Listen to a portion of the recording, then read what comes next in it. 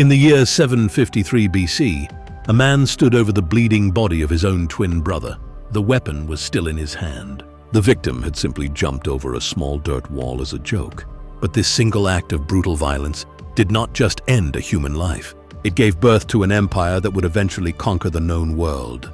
The story of how Rome began is not a fairy tale of noble heroes. It is a harsh, documented saga of betrayal, wild outcasts, and survival. To understand the founding of Rome, we have to look at the world of ancient Italy nearly 3,000 years ago. It was the Iron Age. There was no giant empire. There were no grand marble temples or paved roads. Italy was a wild landscape covered in thick forests, swamps, and small warring tribes. The most powerful people in the region were the Etruscans to the north and the Greeks to the south. In the middle, living in small huts on hilltops, were the Latin people. According to the ancient Roman historians, like Livy and Plutarch, the story of Rome starts in a Latin city called Alba Longa. The true king of this city, Numitor, was overthrown by his jealous and cruel brother, Amulius. Amulius wanted to make sure the old king's bloodline was completely wiped out. So, he forced the old king's daughter, Rhea Silvia, to become a priestess. This meant she swore a strict oath to never have children. But history is rarely that simple. Rhea Silvia did become pregnant. She gave birth to twin boys. She claimed that the father of her children was none other than Mars, the god of war. King Amulius was furious, but he was also afraid. He did not want to directly kill the children of a war god. So, he ordered his guards to take the newborn twins, place them in a small basket, and leave them to drown in the flooding waters of the Tiber River. This is where the actual history and the deep myths of Rome begin to cross paths. The river did not wash the boys away. The floodwaters dropped the basket safely in the muddy reeds near a specific fig tree. The ancient legends say a wild she-wolf found the crying babies. Instead of eating them, the wolf nursed them and kept them warm. But modern historians and linguists point to a very grounded, factual detail hidden in the ancient Latin language. The Latin word for she-wolf is Lupa. But in the harsh slang of ancient Italy, the word Lupa was also the common name for a human prostitute or an outcast woman. It is highly likely that the twins were not saved by a wild animal, but by a desperately poor outcast woman living in the wild hills. Eventually, a local shepherd named Faustulus found the boys. He took them home to his wife, and they raised the twins as their own sons. They named them Romulus and Remus. The boys grew up as shepherds, but they were not normal peasants. Roman records describe them as tall, strong, and natural leaders. They gathered a large group of rough young men, hunters, and herdsmen around them. They fought off thieves and protected the local lands, but soon their true identities could not be hidden. Through a series of fights with local landowners, the truth came out. Romulus and Remus learned they were the lost grandsons of the true king. They did not hesitate.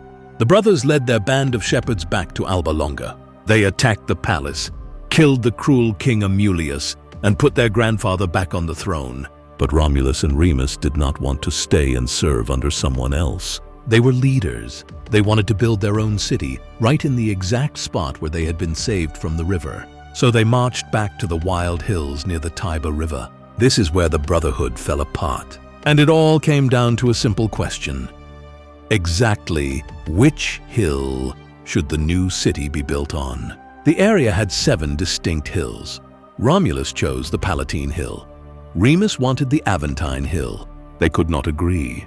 To settle the argument, they turned to an ancient practice called augury. This was the practice of watching the flight patterns of birds to read the will of the gods. Each brother went to his chosen hill and waited. Remus saw the first sign.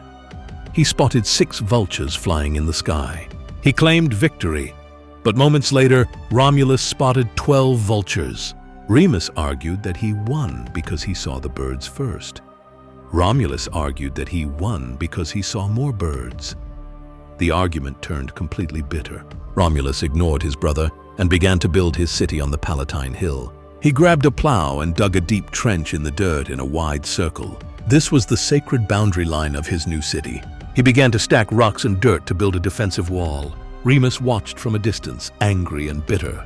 He walked down to his brother's new wall. To mock Romulus, Remus leaped right over the dirt wall, laughing at how weak the defenses were. He joked that any enemy could easily jump over it. In that split second, Romulus snapped. He drew his weapon and struck his twin brother down. Remus bled to death in the dirt of the new city. Standing over the body, Romulus shouted a warning that would echo through 1,000 years of Roman history. "So perish everyone that shall hereafter leap over my wall." It was April 21st, 753 BC. Rome was officially born in the blood of its founder's brother. But Romulus now faced a massive problem. He had a hill, he had a small wall, but he hardly had any people. A city needs citizens to survive, farm, and fight. So, Romulus did something entirely unique in the ancient world. He declared the Capitoline Hill to be an asylum. He sent out word across Italy that anyone could come to Rome and start a new life. He did not care about their past. He accepted runaway slaves, exiled criminals, murderers, and outcasts from other tribes. If you had nowhere else to go, you went to Rome. The city quickly filled with thousands of tough, desperate men.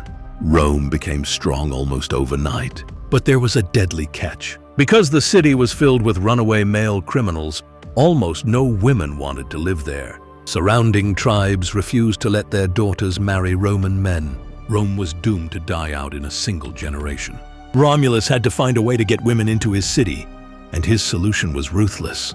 He threw a massive festival honoring the god of the sea. He invited all the neighboring tribes, especially a tribe called the Sabines. The Sabines brought their wives and daughters to enjoy the games. Right in the middle of the festival, Romulus gave a hidden signal. The Roman men drew their swords, rushed into the crowd, and grabbed the unmarried Sabine women. The Sabine men, unarmed and caught off guard, were forced to run away. This dark event became known as the Abduction of the Sabine women. It sparked years of brutal warfare between Rome and its neighbors. Eventually, the wars ended not with total destruction, but with a surprising peace. The Sabine women themselves stepped between the two fighting armies. They pleaded for the violence to stop, as they were now married to Romans, but were the daughters of Sabines. The two tribes merged. Rome doubled in size and power. Romulus ruled as the absolute king of Rome for nearly 40 years. He created the very first Roman Senate, picking 100 of the oldest and wisest men to advise him. He organized the first Roman army into fighting units called legions. Modern archaeology proves that by the late 8th century BC, the small huts on the Palatine Hill were indeed growing into a highly organized, heavily fortified settlement. But the end of Rome's first king is just as dark and mysterious as his beginning. According to Roman records, in the year 717 BC, Romulus was reviewing his troops at the edge of a swamp. A sudden violent thunderstorm rolled in. The sky turned completely black. The crowd panicked and ran. When the storm finally cleared, Romulus was gone. He had completely vanished. The official story, pushed by his loyal followers, was that the gods had reached down from the storm clouds and pulled Romulus up to heaven. They claimed he had been turned into a god. But the Roman historians quietly recorded a much darker, much more realistic rumor. Over the years, Romulus had become a harsh tyrant. He had taken away the power of his own Senate. Many believed that during the chaos of the storm, the angry senators surrounded the king and stabbed him to death. To hide the murder, they cut his body into pieces, hid the pieces under their thick robes, and quietly walked away in the rain. Whether he was taken by a storm or murdered by his own men, the legacy of Romulus was set in stone. He started life as an unwanted orphan left in a muddy river. He built a city for the broken outcasts of the world, and through sheer force, survival, and a willingness to do the unthinkable, he laid the foundation for the greatest empire the world has ever seen.